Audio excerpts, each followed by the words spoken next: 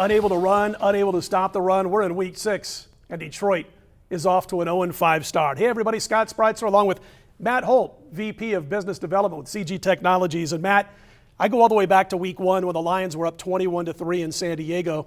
And as they started to cut into that lead, talking about the Chargers, got it to 21-9, 21-10, I saw some difference in the play calling, getting kind of crazy from the Detroit coaching staff, where they started firing the ball deep downfield a little too often, almost like they were panicking even though they were still up 11 points in the second half.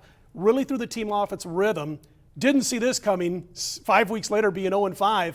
But I go back to that and think, boy, if they could have hung on for that win, what it could have meant to this Detroit Lions team, and maybe already have a couple of wins under their belt. In this particular game, Detroit's laying 3, the total sitting at 43. A couple of your thoughts. Yeah, and this is one of those classic double overreaction games that we see quite often in the NFL, where you have one team coming off 2 straight wins, a bad team in the Chicago Bears, who were outscored 105-46 in their first 3 games, all losses, and a Detroit Lions team that nobody expected to be 0-5 after a playoff run last season.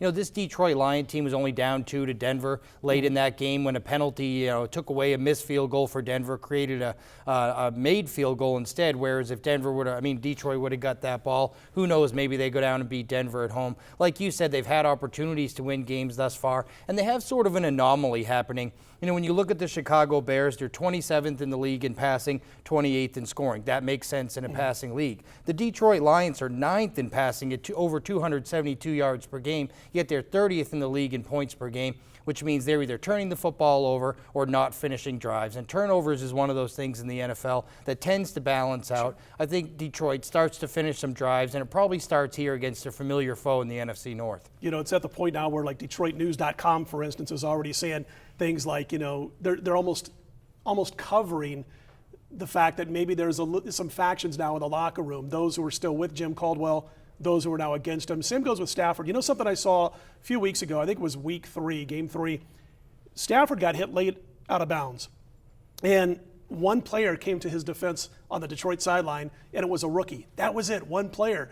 And it caught my attention, and I thought, can you imagine if this happened on New England's sideline? Tom Brady takes a late hit on the Patriots sideline, out of bounds. That entire team and fan base is there to protect their quarterback. And I'm a little bit worried about what's going on right now with the players surrounding Matthew Stafford, if they still have belief in what he can do. Obviously, he needs an offensive line to do better. They've got 4 turnovers in their first 6 possessions last week. But as you mentioned, sometimes that'll start to turn itself around and equal out. But after facing Denver's defense, Seattle's defense, and Arizona, coming within a few plays and maybe 2 wins on the season as we speak, this looks like the spot. This is your video best bet.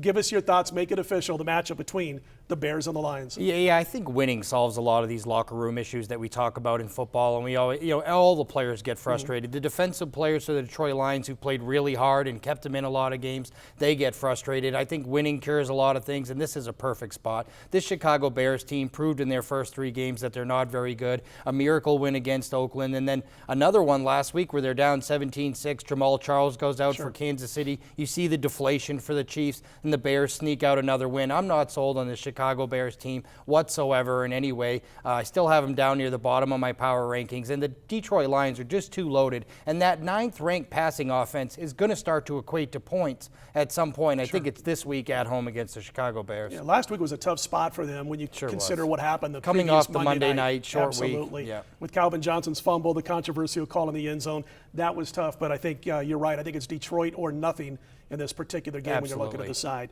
Hey, don't forget it. When you're at WagerTalk.com, you can go to the capper of your choice. You can get $10 off any purchase made this week at WagerTalk.com. Simply use the coupon code MATT10. He's Matt. I'm Scott. Stick around. We got plenty more to come right here on WagerTalk.com.